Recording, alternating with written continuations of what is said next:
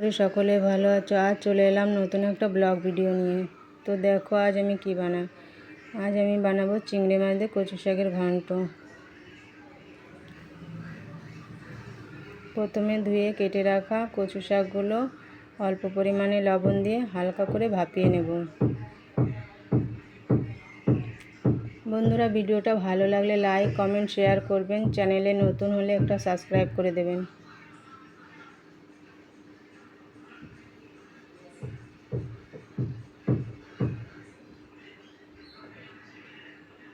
কচু শাকটা হালকা সিদ্ধ হয়ে গেছে, এবার আমি জল ঝরিয়ে নেব।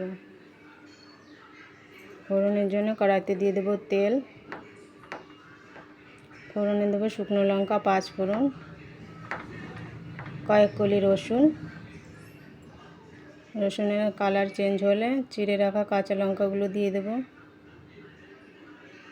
একটু নেড়ে চেড়ে কচু শাকটা দিয়ে দেব।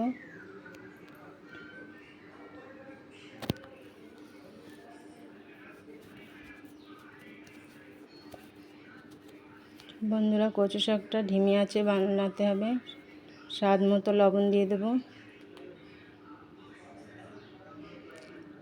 হলদি গুঁড়ো,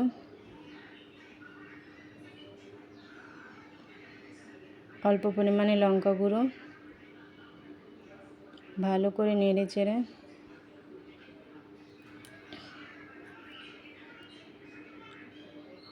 ভেজে রাখা চিংড়ি মাছগুলো দিয়ে দেব।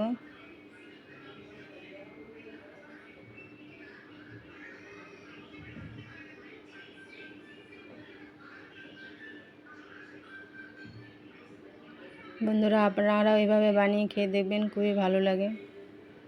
কচু শাকটা ভালো করে খুন্তি দিয়ে থেতো করে দেব। স্বাদের জন্য একটু সামান্য পরিমাণে চিনি দেব। কচু শাকটা হয়ে এসেছে, এবার জিরে ধনের গুঁড়োটা দিয়ে দেব। কচু শাকটা হয়ে এসেছে, এবার আমি নামিয়ে নেব।